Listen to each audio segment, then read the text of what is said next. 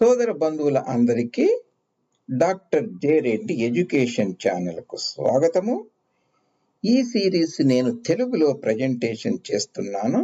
చాలా వరకు more than 850 videos ఆంగ్ల భాషలో పొందుపరిచాను.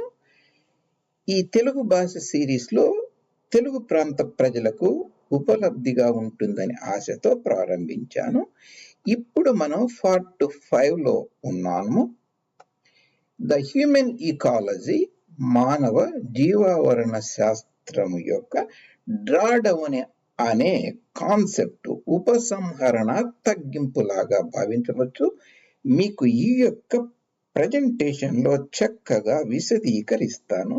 దానివల్ల మీకు చాలా లబ్ధి ఉంటుంది. కరెంట్ సోషియో పొలిటికల్ ఎకనామిక్ యొక్క ఈవెంట్స్ ఎందుకు అలా జరుగుతున్నాయి అనే అవగాహన మీకు స్పష్టంగా వస్తుంది. ఈ లిస్ట్ విహంగ వీక్షణ బర్డ్స్ ఐ వ్యూ. ఇప్పుడు మనము ఇక్కడ తెలుగు సిరీస్లో పార్ట్ 5లో ఉన్నాము. హ్యూమన్ ఈకాలజీ, డ్రాడౌన్ కాన్సెప్ట్, ఉపసంహరణ తగ్గింపు అనే టాపిక్ పైన మనము తెలుసుకుంటాము. All these videos I posted at my YouTube channel, most of them in English 850. You can go and look at them and enjoy them and learn a lot. ఈ ఛానల్లో చాలా unique concepts నేను 4 దశాబ్దాలుగా పరిశోధన ఉత్సాహంతో చేస్తున్న దాన్ని మీతో పంచుకోవాలనే కోరికతో పెట్టాను. సోదర బంధువులు దాన్ని యొక్క లబ్ధి పొందుతారని ఆశిస్తూ ఉన్నాను.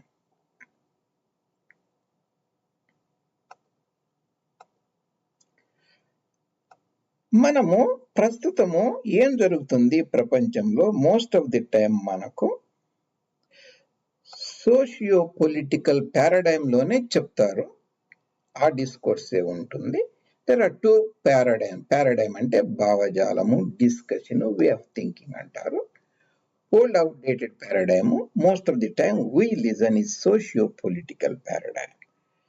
నేను new current paradigm, ecological paradigm పైన మాట్లాడుతున్నా.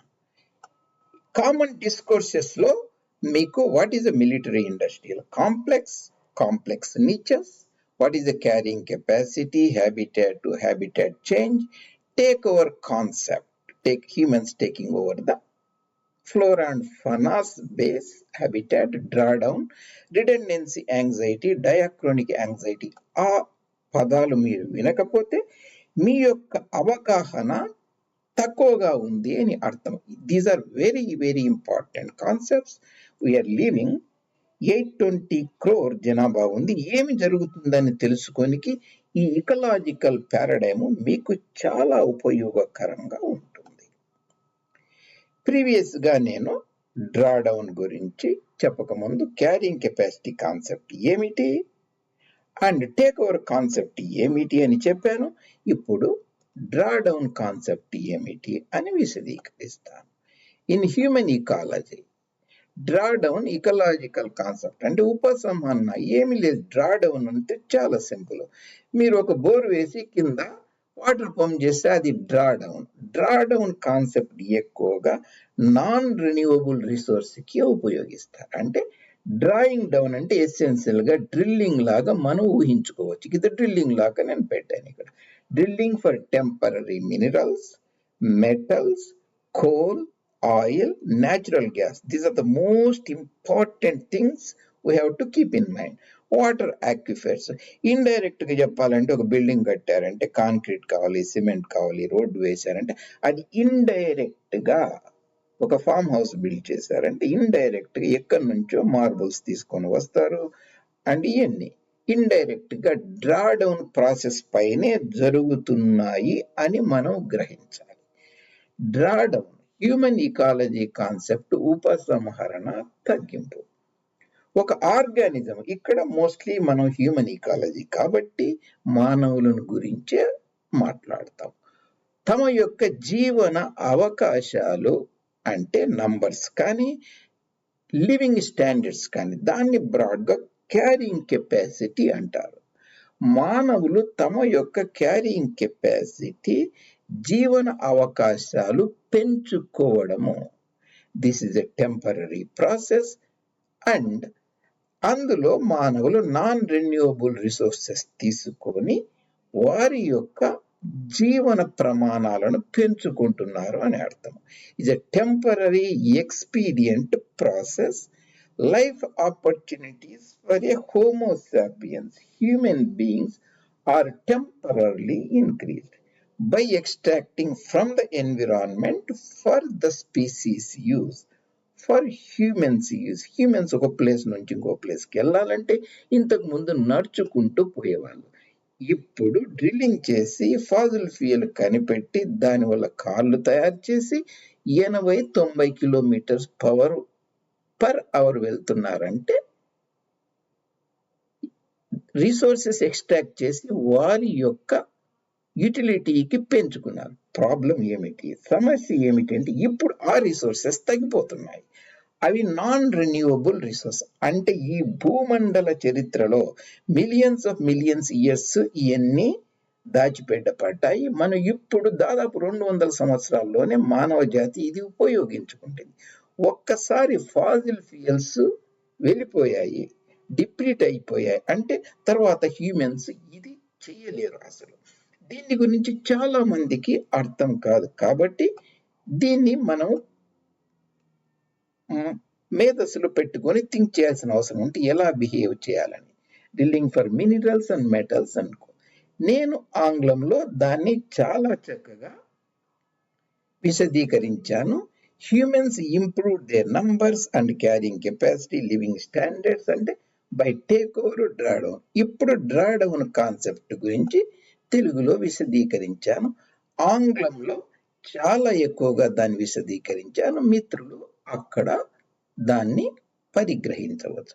ఇక్కడ ఏంటంటే ఒకప్పుడు ఫార్మ్ ల్యాండ్ ఉండేది, ఫారెస్ట్ ల్యాండ్ ఉంటే టేక్ ఓవర్ ద్వారా ద ఫార్మ్ ల్యాండ్ చెప్పారు. తర్వాత డ్రాడౌన్ అంటే especially pesticides, synthetic fertilisers, powered tractors, machines, combined harvesters, green revolution, irrigation, water aquifer, all these are the indirect metamorphosed అంటే changed from the basic resources of the fossil fuels అని ఇక్కడ మనం గ్రహిస్తే మనకు ఈ విషయంపై స్పష్టమైన అవగాహన వస్తుంది.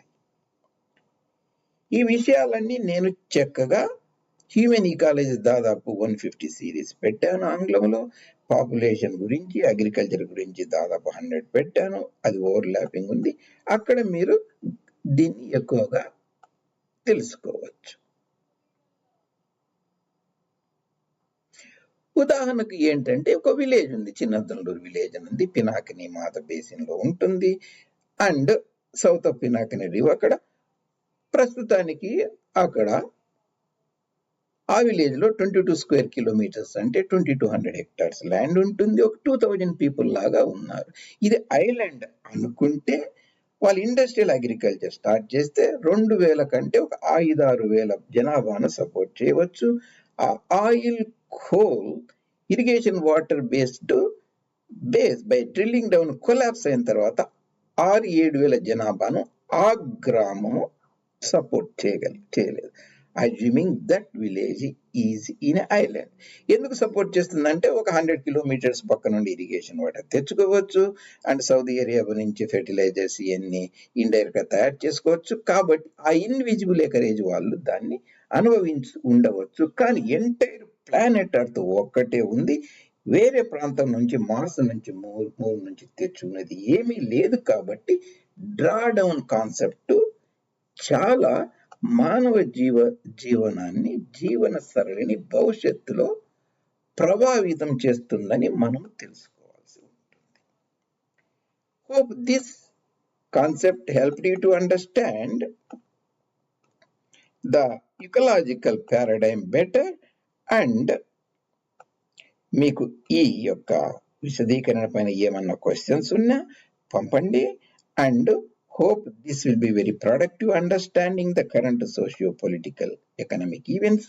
ఈ యొక్క వినూత్నమైన టాపిక్స్ ను మీ ముందుకు తెస్తున్న ఈ ఛానల్ మీరు తప్పకుండా ఆదరిస్తారని మీ యొక్క అమూల్యమైన అభిప్రాయాలను ఈ ఛానల్కు పంపుతారని ఆశిస్తూ మీ భవదీయుడు జొగ్గారి తిరుపతి రెడ్డి వేరే టాపిక్లో కలుసుకుంటాం.